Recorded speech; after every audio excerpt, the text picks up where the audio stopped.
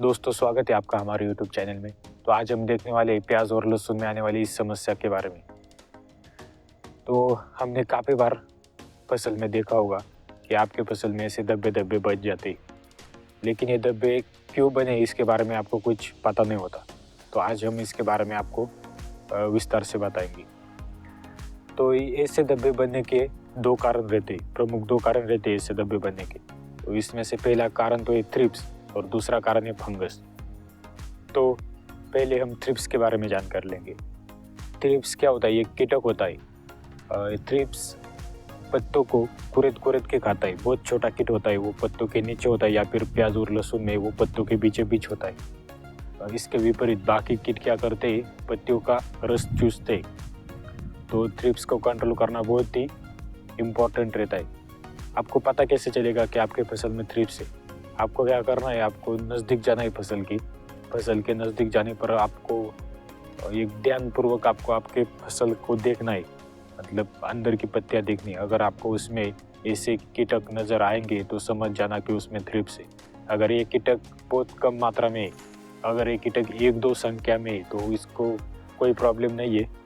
लेकिन अगर ये कीटक 20-30 ऐसी संख्या में है तो ये आपके लिए प्रॉब्लम बन सकता है। तो आपको क्या करना है, अगर एक कीट ज़्यादा रहेंगे तो आपको इस पर इंसेक्टिसाइड का स्प्रे करना है।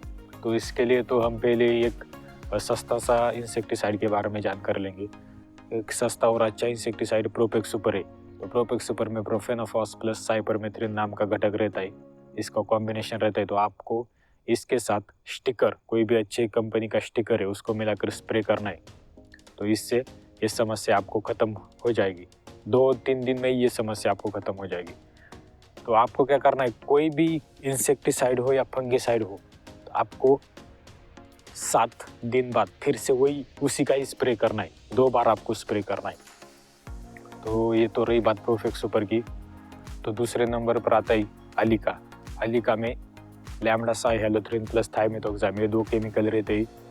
आप इसका भी इस्तेमाल कर सकते हैं, या फिर आप बाहर का जंप में फिप्रोनिल 80% रहता है, आप इसका भी इस्तेमाल कर सकते हैं। इससे भी थ्रिप्स कंट्रोल हो जाएगा। अब हम तीसरे कीटकनाशक के बारे में जानकारी लेंगे। तीसरे कीटकनाशक में आता है ट्रेसर। आप ट्रेसर या फिर BASF का एक्सपोनस, इन दोनों में से किसी भी एक कीटकनाशक का स्प्रे कर सकते हैं। इन दोनों में से किसी भी एक कीटकनाशक के स्प्रे करने से भी आपका थ्रिप्स कंट्रोल हो जाएगा। तो फंगस की वजह से भी ये समस्या आती है। तो फंगस में इस फंगस का नाम होता है बोट्राइटिस लीफ ब्लाइट। तो ये फंगस आमतौर पर आपको ठंडी के मौसम में या फिर बारिश के मौसम में ही देखने को मिलता है। इसको कंट्रोल करना ठंडी के दिनों में तो आसान है, इतना ज़्यादा मुश्किल नहीं, लेकिन बारिश के दिनों में इसको कंट्रोल करना बहुत ही ज़्यादा मुश्किल रहता है। इस फंगस को कंट्रोल करने के लिए आपको करजेट में मैंकोजेब प्लस साइमेनॉक्सिल नाम का घटक रहता है, इसका स्प्रे करना है। इसके साथ भी आपको स्टिकर मिलाना है और इसका स्प्रे करना है। इसके स्प्रे के 8 दिन बाद आपको इंडोफिल का अवतार या फिर से वही, अगर आपका करजेट स्प्रे के बाद बचता है तो फिर से आप वही करजेट इस्तेमाल कर सकते हैं 8 दिन बाद। लेकिन आपको 2 बार इसका स्प्रे करना जरूरी है 8 दिन के अंतराल पर। मतलब आज अगर आपने इसका स्प्रे किया तो 8 दिन बाद फिर से आप उसको स्प्रे करेंगे। अगर आपका करजेट खत्म हो जाता है पहले स्प्रे में, तो आप दूसरी स्प्रे में इंडोफिल का अवतार ले आएंगे और उसको स्प्रे करेंगे। इससे ये समस्या जड़ से खत्म हो जाएगी। और अगर ये समस्या खत्म होती नहीं, बहुत ज़्यादा मतलब भारी मात्रा में ये समस्या है, तो आप तीसरे स्प्रे की ओर जा सकते हैं। तीसरे स्प्रे में आता है अपना नेटिव।